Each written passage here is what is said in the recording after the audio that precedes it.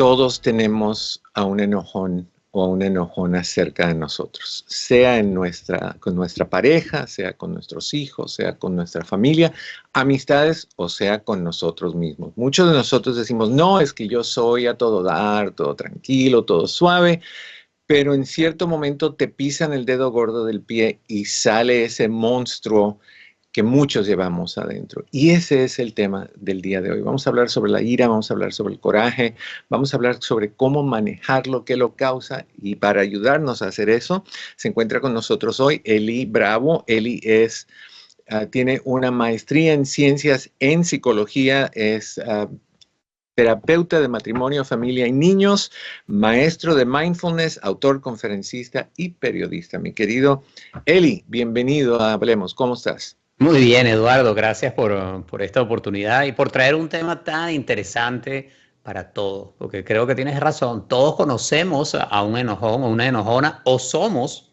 el enojón o la enojona en casa, ¿no? Fíjate que es curioso porque hablas con un enojón y te dicen, no, pero es que no soy yo nada más. Habemos muchos y enojón o enojarse es bueno y te dicen, ¿es bueno tener ansiedad? Sí, es bueno tener ansiedad, te prepara para enfrentar situaciones, lo que le llaman fight or flight, o sea, luchas o te escapas. Te dicen que es lo mismo, que el enojo es algo que puede ser bueno para una persona en momentos determinados. ¿Qué de cierto hay en eso? Totalmente. La ira, la rabia o el coraje son distintas caras de una emoción que todos los seres humanos tenemos. En muchas oportunidades, en sesión, yo les recomiendo a las personas que vean la película Inside Out. Se tradujo al español como Al revés, en donde están estas cuatro emociones viviendo en la cabeza de una niña que está entrando en la adolescencia. Y una de las cosas interesantes es que esa es una película de los estudios Pixar que nos ayuda a entender que las emociones las viven dentro de nosotros y que tienen una forma. En este caso, la rabia, anger, es un cuadrado rojo que estalla, ¿no? Y está allí. Sentir rabia o enojo no tiene nada de malo, pero ¿cómo expresamos esa rabia? ¿Cuál es el lugar que tiene en nuestras vidas? ¿Hasta dónde nos convertimos en personas que reaccionamos ante los demás con rabia? Y entonces lo que es una emoción natural se transforma en un patrón de conducta, eventualmente incluso en un patrón de agresión. Allí es en donde nosotros tenemos un espacio de acción y podemos transformar, o como dice la presentación de tu programa, transformar nuestra conciencia para hacer de la rabia una amiga, una aliada, incluso una buena consejera si aprendemos a escuchar y tratar con ella. Ese es un punto bien importante porque hay personas que lo ven como el infierno, lo peor, lo más malo que hay. Y sí, tiene consecuencias muy feas. O sea, puede deshacer familias, puede deshacer salud personal, deshacer muchas cosas. Pero también tiene bien manejado, tiene sus propósitos. Ahora, lo típico de preguntar es, ¿se hace o se nace? Yo diría que se nace. Todos nacemos con semillas de rabia, de tristeza, de alegría, de gozo. Todas esas semillas están en nosotros, dependiendo de la vida que llevamos, de las experiencias, especialmente en la temprana infancia, pero a lo largo de toda la vida, esas semillas florecen y germinan de una manera o de otra. Así que es una combinación, Eduardo. Hay personas que tienen una disposición natural, podríamos decir biológica o genética, a ser más iracundos. Pero uno no es sus genes.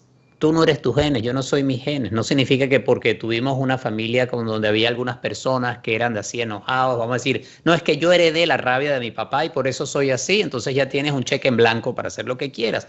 Al contrario, nosotros tenemos la capacidad de modular cómo esos genes se expresan y al final cómo nos expresamos nosotros, cómo podemos, por ejemplo, romper esos patrones de rabia o incluso de violencia que hemos visto en casa y podemos transformarlo en nuestro presente, bien sea en nuestras familias o en nuestra comunidad.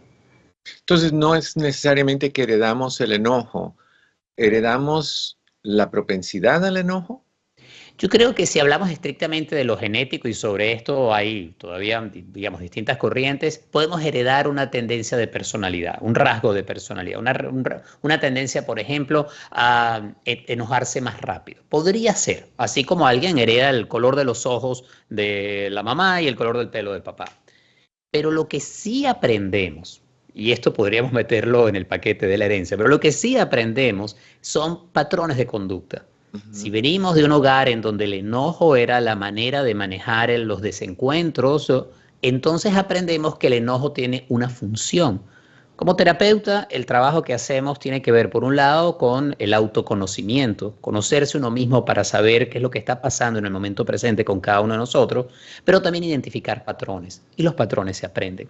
Entonces veo que el enojo es una manera de salirme con la mía, el enojo es una manera de resolver un problema, el enojo es una manera de que no me molesten, y entonces eso se aprende y luego se empieza a replicar en otras áreas de la vida. Allí es donde está la capacidad de intervenir, Eduardo, en reconocer el daño que puede causar el enojo, no solo a otros, sino a uno mismo, y tomar una decisión de qué hacer con ese enojo. No se trata de no sentirlo, se trata de reconocerlo y hacer del enojo una acción consciente, sabia, intencional, que, por ejemplo, nos permita poner límites o nos permita también decir lo que queremos o nos permita detener lo que es un abuso o nos permita también en algún momento plantarnos y decir, sabes esto, no, yo no voy a tolerar esta situación. Pero hay maneras de decirlo, hay formas de decirlo. Y allí es en donde la energía de la rabia o del enojo la podemos utilizar a nuestro favor y de nuestra comunidad, de nuestra familia, de nuestras relaciones. No sé si recuerdes que en los años 60, no porque ni tú ni yo lo vivimos, los 60 somos muy jóvenes para Yo hablar. soy modelo 68. Bueno, yo tengo 34 años de edad, así que no hay problema con eso. Luces muy bien. Muchas gracias. En los 60 hubo un estudio con Albert Bandura, no sé si recordarás, de agresión, que literalmente eligió un grupo de niños, lo dividió en dos, puso un grupo a ver películas de agresión y el otro grupo a ver películas neutrales como Bambi, que Bambi también tiene su agresión por ahí. Cositas más neutrales, y de ahí trajo a estos niños a un cuarto lleno de juguetes. Habían pistolas, bates, guantes de boxeo, muñecas, muñequitos, casitas, pero todos tenían algo interesante en el medio, que era el muñeco Bobo, ese payaso inflable que le das el golpe y se acuesta y se para.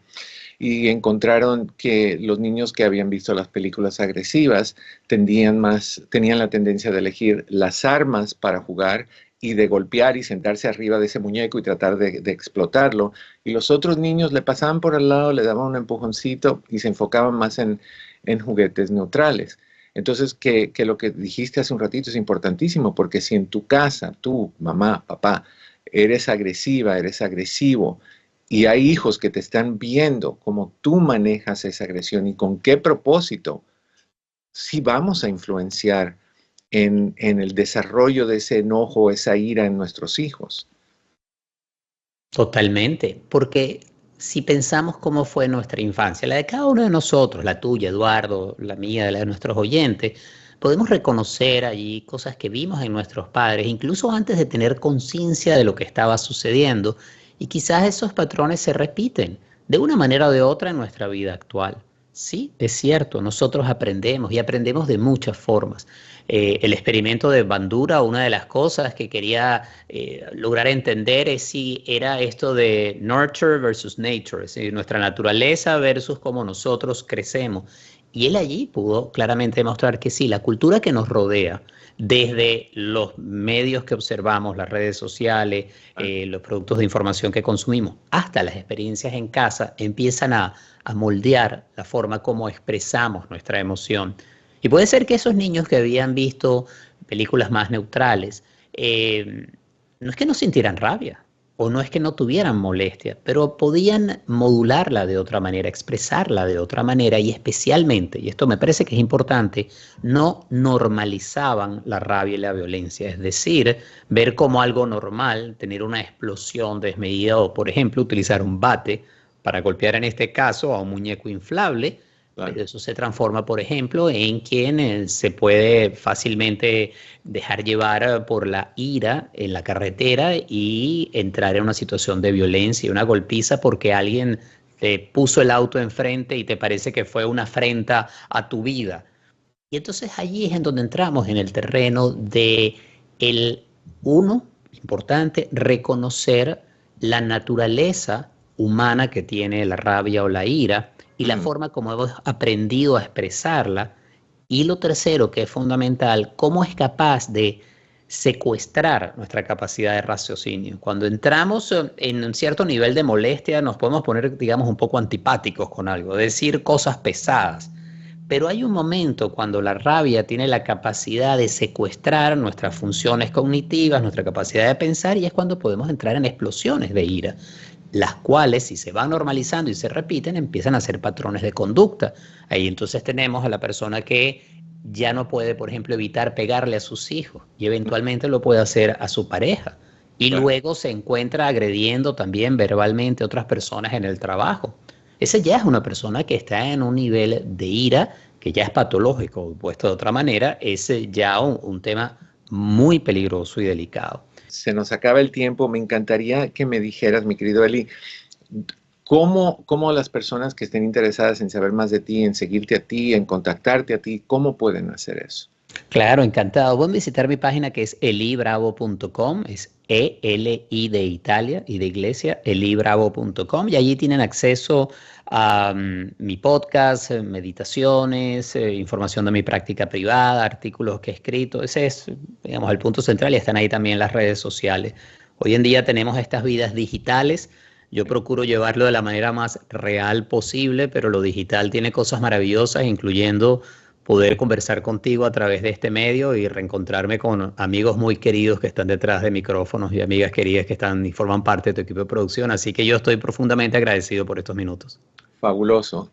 En un minutito, que es lo que nos queda, si alguien tiene un problema de enojo y quiere buscar ayuda, ¿qué tipos de ayudas hay disponibles en términos de estilos de ayuda?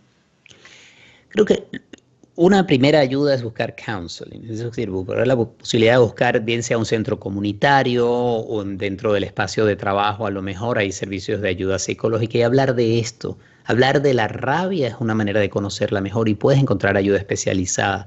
No siempre es un buen amigo o una buena amiga la mejor persona porque está muy involucrada contigo, sino alguien que tenga el conocimiento. Lo segundo, recomendaría el explorar algunas técnicas sencillas, y yo personalmente veo en la meditación y en el mindfulness que es una práctica básicamente de atención, de aprender a prestarle atención a lo que estamos sintiendo, los momentos de alegría o de rabia y de tristeza, y aprender a manejarlo. Y esta práctica, que es muy sencilla, científicamente comprobada y hoy en día muy difundida, nos ayuda a modular, a lograr el regular mucho de la expresión de nuestras emociones. Y existen hoy en día accesos gratuitos, incluso para programas de esta naturaleza. Y por último, lo que diría es, si reconocemos que estamos siendo muy rabiones o cosas rabiosos o no, rabiosos, ¿no? Rabioso o rabiosa, es tener compasión con uno mismo, ¿sabes? Reconocer que al final la rabia, cuando se convierte en esto que ya me está causando dolor y satisfacción, es algo que sufrimos. O sea, que no se siente bien, ni siquiera se llega a sentir bien. Entonces, tener compasión con uno mismo y decir, wow, con esto estoy sufriendo mucho, yo voy a buscar ayuda. No hay que ser muy hombre, muy macho y no necesitar ayuda, o ser mujer y, bueno, la vida es así, así vi que pasó con mi mamá o con mi abuela, sino decir, yo necesito esta ayuda, y reconocer que todos, de alguna manera, en algún momento de la vida, podemos recibir esa ayuda y cambiar nuestro futuro. Fabuloso. Eli Bravo, mil gracias. Un placer tenerte con nosotros y seguimos hablando de temas relacionados en otra ocasión. Un abrazo, muchas gracias. Gracias, un abrazo.